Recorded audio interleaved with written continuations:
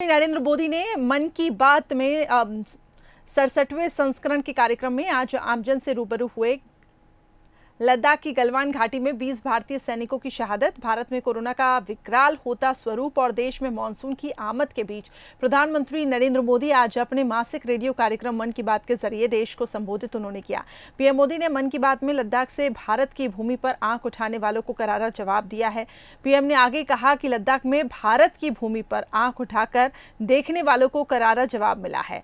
भारत मित्रता निभाना जानता है और इसके साथ ही आंख में आंख डालकर देखना और जवाब देना भी जानता है। लद्दाख में हमारे जो वीर जवान शहीद हुए हैं उनके शौर्य को पूरा देश नमन कर रहा है, श्रद्धांजलि दे रहा है।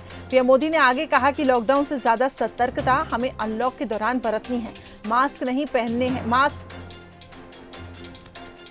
2 गज की दूरी बनानी है, मास्क पहनना है और इसका पालन करना बहुत जरूरी है। या फिर दूसरी जरूरी सावधानियां जो लोग नहीं बरतते हैं तो आप अपने आप के साथ दूसरों को भी जोखिम में डाल रहे हैं। पीएम मोदी ने कहा कि आत्मनिर्भर भारत को लेकर आप लोकल खरीदेंगे, लोकल के लिए वोकल होंगे, ये सभी एक तरह से देश की सेवा ही है।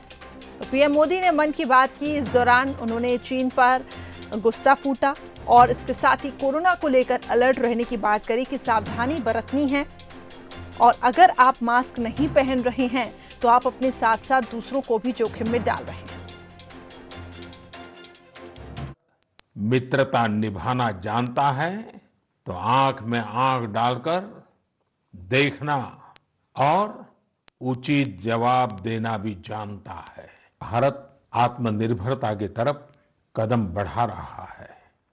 साथियों, कोई भी मिशन पीपल्स पार्टिसिपेशन, जन भागीदारी के बिना पूरा नहीं हो सकता, सफल नहीं हो सकता। एक नागरिक के तौर पर हम सबका संकल्प, समर्पण और सहयोग बहुत जरूरी है, अनिवार्य है।